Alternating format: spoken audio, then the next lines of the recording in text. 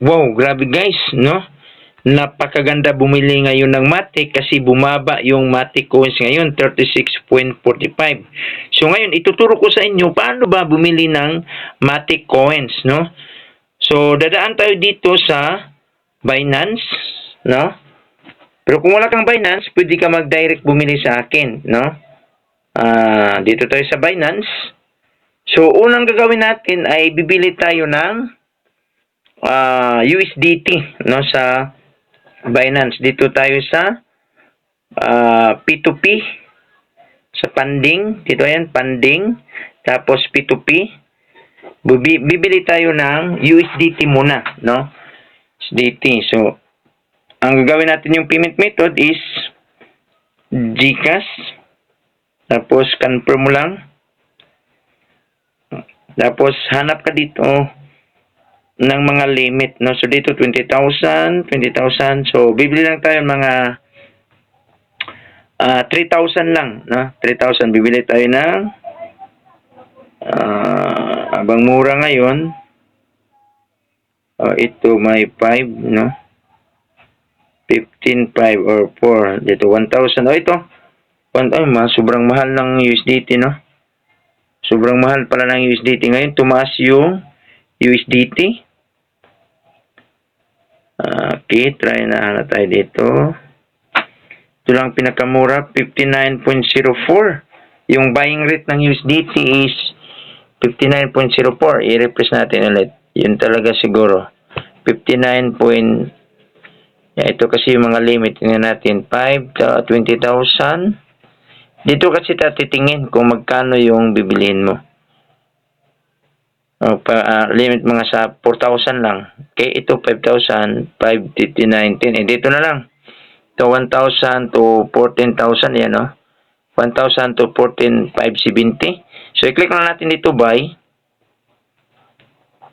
Buy. So, ang una kasing bibilhin natin USDT bago tayo mag-trade ng Matic. Yan, buy. So, ang amount is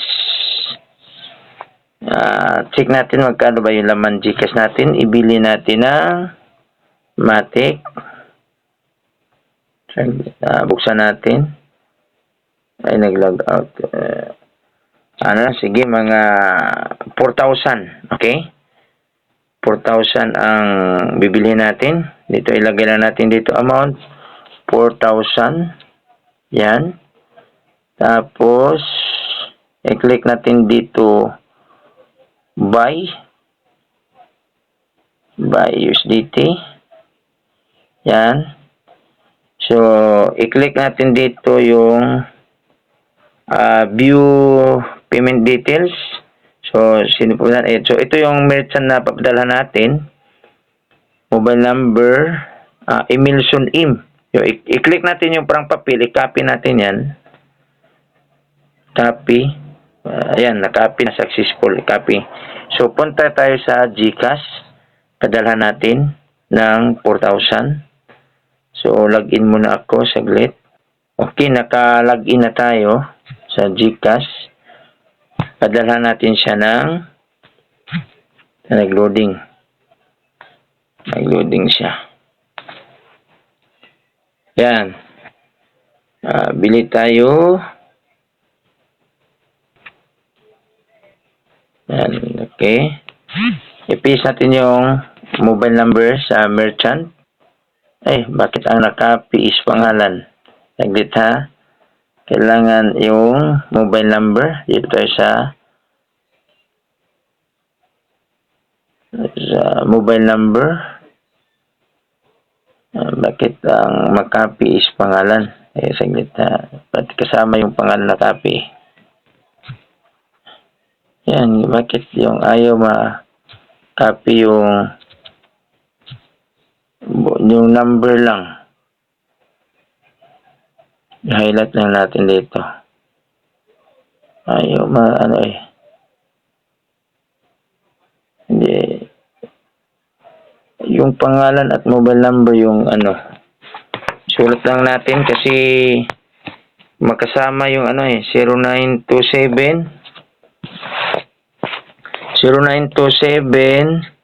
2871214. Dapat tama yung mailagay doon sa seller, no? Sa merchant, no?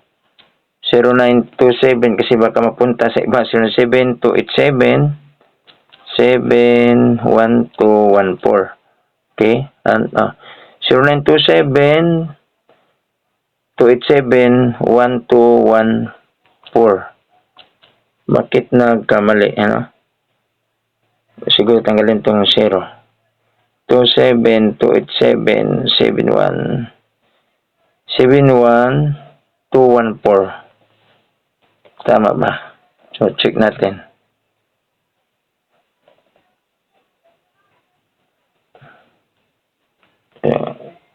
Ilagay na natin yung amount, 4,000. Tapos next. Ayan, yan, 4,000. Yan, confirm natin. Hintayin natin yung code, no? Hintayin natin yung code. So, nalagay na natin yung code, submit. So, kailangan lang natin ito i-screenshot, no? Para i-send natin sa merchant. So, balik tayo dun sa Binance. Binance. I-click lang natin dito, transfer, notify seller. Ibig sabihin, no, nakabayad na tayo. Tapos, i-message natin yung merchant na tapos ka na nagbayad dito. Okay. Done payment. Ito po ang receipt ko. I-message natin para ma-check niya. So, i-click lang natin dito yung parang photos icon. Tapos, i-send natin yung 4,000 payment natin. Tapos, confirm lang. Confirm, i-click lang dito yung check natin, send. Yan. So, may confirmation na. No? Okay, i-click natin dito X. Ilang USDT ba kapalit? 67.68 ang nabili natin. 67.68 USDT. So, ngayon, i-click natin dito okay. So, back. So, back pa natin, back. Yan, back lang. Tapos, hintayin natin dito, i-represent natin. Punta tayo sa funding. Pasok yan sa funding. Hintayin natin. Yan. Dito na sa funding, no? Nabawasan siya ng gas fee, no? Nabawasan siya ng gas fee. Kaya naging 397 na lang, no? Nabawasan siya ng gas fee. So, may gas fee talaga dito bawat transact. So, i-click naman natin dito transfer, no? Transfer yan. Tapos max, mabawasan din to ng gas fee din pag transfer naman natin. So, may mga gas fee talaga yan, normal talaga yan. Ganun talaga. So, yan. So, natuto na dito. No, meron tayo dito 100 Matic. Tapos, meron na tayong 86 USDT. So, pwede natin to ibili lahat ng Matic, no? Habang mura. Check natin ulit kung hindi ba bumaba pa o tumaas. Dito yan. Pwede mag-check ka dito sa Trust Wallet. Yan po. So, refresh natin. Ilagay yung passcode. Yan. So, 36.45. So, maganda pa ibili, no? Yan. So, balik tayo sa Binance. Ibili natin. Pwede natin to ibili lahat. No? Habang mura. Punta tayo dito sa trades. Dito, tapos click natin dito convert. Tapos USDT, Matic. Pwede tayo bili ng lang. 100 Matic lang siguro, no? 100 Matic. 62.74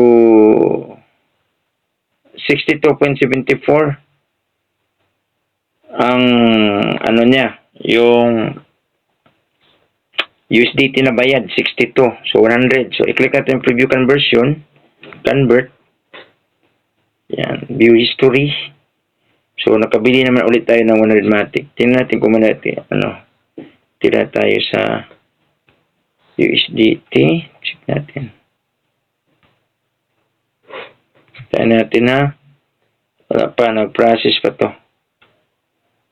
So, meron ako dito natira na 24 USDT kasi pang buffer ko to. Kasi pag bumaba pa, pwede ko ito ibili ulit, no? Tira lang muna kasi maganda kasi dito, tuwing bawat pagbagsak o pagbaba ng Matic, pwede mong sundan, pwede mo siyang bilhan, no? Huwag kang titigil. Pag may mga extra money ka, bili ka na ng bili, no? Kasi pag tumaas yan, doon, magka-profit ka. Okay?